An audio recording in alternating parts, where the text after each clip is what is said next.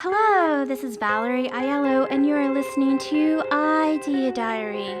Thanks for coming back to my office and hanging out. All right, so today I am researching, thinking, trying to figure out if I actually want to bother with trademarking something. Part of me does not care because I feel like things are going to get stolen no matter how much money you have, no matter how much you try to cover yourself. Anyone can steal an idea and tweak it in a way that you can't fight it. For example, there was the For Dummies series that kind of was a huge craze, I guess in the 90s is when it came out.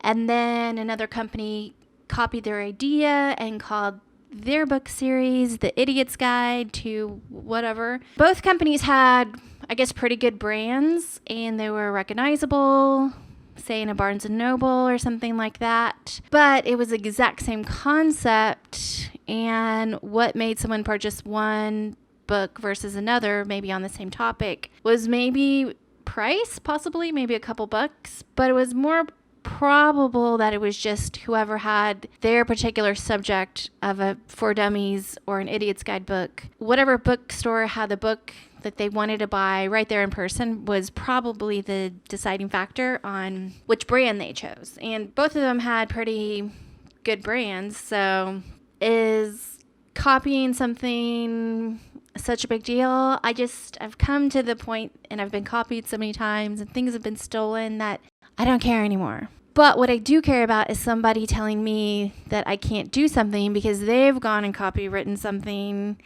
that perhaps they've stolen from me or stolen from somebody, then they go and copyright it. I was watching an entrepreneur on a kind of like a yoga guru type of channel where she focuses on the mind and body and spirituality stuff, but then she also goes into money mindset and entrepreneurship because that's just where her brain is at. Anyway, she was interviewing this guy, and he was talking about how he would look on Kickstarter and see cool ideas, and then he would just take the concept, take the drawings, or he'd draw up something that was pretty much the same idea, and he'd send an email off to China and ask whoever his China distributor, creator of stuff, he had had things made before, and he would just basically take that same idea, have $100,000 in his bank account or however much it was, and the person in China would just say, yeah, we can make that, and he would bring the product to market before the people inside the Kickstarter even got a chance to actually fund their project and actually start making it. So I think it just happens. Not that I'm condoning it. I think it's completely awful. When you are an idea person, usually you've got 100 ideas a day. And some ideas you really fall in love with. And sometimes it doesn't always work out the way that you think. And ideas do get stolen, or it's an idea that's too soon to come to market, or it's an idea that's too late to come to market. There's like a lot of factors. There are a lot of factors that can derail you. But the one thing that would really make me mad is if I made something and I checked all the trademarks, usually when I'm making something before I put it on the marketplace. There are two places that I look before I put something on the marketplace to sell. And one of those things is the USPTO, United States Patent and Trademark Office, using the Trademark Electronic Search System, which is called TESS. And I'll put a link to this URL in the show description. It's basically the trademark electronic search for a similar name, a similar product, a similar company, based on logos, all kinds of stuff. Usually people don't put the greatest amount of information when they're trademarking something. And I'm guessing that could be because they did it themselves and they didn't do it properly. Or maybe the system actually isn't all that great when it comes to searching images and what their thing is really about. And the second thing that I check is called tmhunt.com, so Trademark Hunt, and their trademark search, but it's only for clothing. So for example, somebody probably has the trademark for a t-shirt that is, "What would Jesus do?" I remember that was kind of a trademark that happened that was kind of a tad bit controversial. So I'm searching on the multi-word search, "What would Jesus do?" And I can see that somebody has applied for the trademark just for clothing. So that's usually on a t-shirt, maybe it's hats as well. But that trademark is dead. So whoever applied for it and got it in 2013, they didn't reapply for the trademark, so the trademark is dead in the system. Now, does that mean you could make a bunch of t-shirts that say, what would Jesus do, and put them on Amazon? Possibly, but when you're doing Amazon, say Amazon merch, or putting your own products on the Amazon store, they're really picky about things, and I almost wonder if they might stop selling your shirt even though a trademark is dead.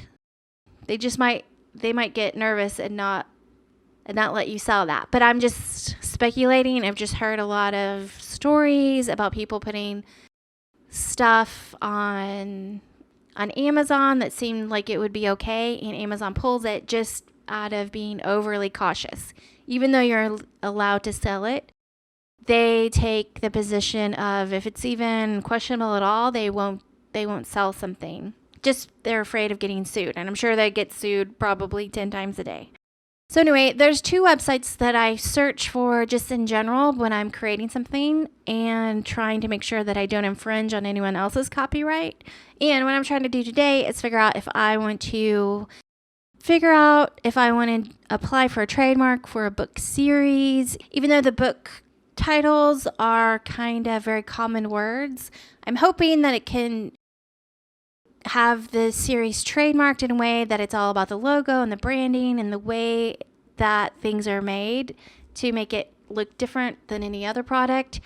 And I'm just safe from somebody stealing the concept and possibly telling me, even though I came up with something first to the marketplace, if they can make it and trademark it and do the whole rigmarole and it looks similar, then I'm kind of screwed because they've gone through the trouble to actually pay the $300 or the $800 or whatever it ends up costing to actually do. I might just have to spend that money and cover my basis just to avoid someone telling me that I can't do something that I've done first. What I am doing is more of a for dummies thing, to where it's a little bit common but a little bit unique, but potentially thousands of ideas. And it's a little bit different than, say, Chicken Soup for the Soul, where those books, even though they all have the same name, it's like very specific stories and beginning to end. It's like totally, no one could take pretty much any page of that book and copy it and say, what do you mean? This is something anyone would do. What's the big deal? Whereas what I'm doing, it is sort of very common, and I could just see somebody stealing the whole thing and then telling me that I can't do it. I guess I'm probably gonna spend the money on the trademark. But the one thing that does always stick in my mind is a guy called Kawasaki. And he worked for Apple. He was one of the famous first employees of Apple. And he's a really great speaker. I will link a video in the show description of him talking about kind of doing a startup and creating something. He always has these speeches that only have 10 things that he's mentioning, and he only has 10 slides, and he's very to the point. But the one thing that he said that always has stuck with me is getting a patent is stupid, and the only thing that you get a patent for is to tell your parents and have your parents be proud of you that you have a patent. Because any company that's bigger can steal anything, and they can outlawyer you to the 10th degree, and you'll never be able to fight it to the point where you will actually win. It's very, very rare. It has happened before, but you're not going to be able to outlawyer a giant company. I just try to make things as unique as possible. I try not to infringe on anyone's thing as much as possible. And I try to, always do the right thing as much as I can, which is researching the trademark database before I put something on the marketplace or before I really fall in love with the idea, because a lot of times there are twin ideas out in the world. And I do want to research this a lot more, because I've only kind of heard this story, and I don't really know if it's really true or what. I feel like it is really true because the person that talked about it was a really good source. This person worked with Michael Jackson, and Michael Jackson would be writing songs all night long. And this one time he called his lawyer in the middle of the night, so 4 a.m. or something, told the lawyer that he needed him to file for a copyright for the song that he just wrote. And the lawyer was like, "Can I just do that in the morning?"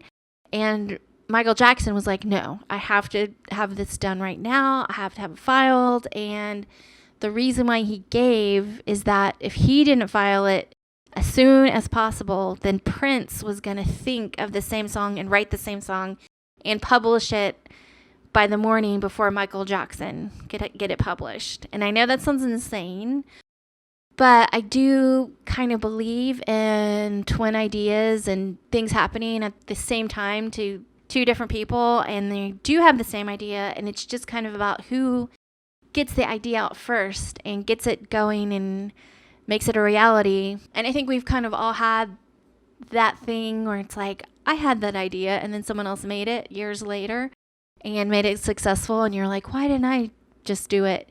So that's a similar thing, but really there are two things that can happen, which is the twin idea thing, and the idea is totally unique and totally weird, and you would think no one else in the whole world would ever have a similar concept, but they do. There's someone out there having it at the exact same moment that you are, and it's like a race to see who can get it. And then there's first level ideas, which is first level ideas where everyone will kind of have the same concept and idea. And you've got to be the first one to take that simple idea to the marketplace, or you've got to be the first one to make that simple idea super unique and not just so unique and so beautiful that it actually seems more complicated than it is, but it's really a simple idea. Anyway, that's just what's on my mind today. So that's the show. I still don't know how to end the show, so I'm just going to play the music.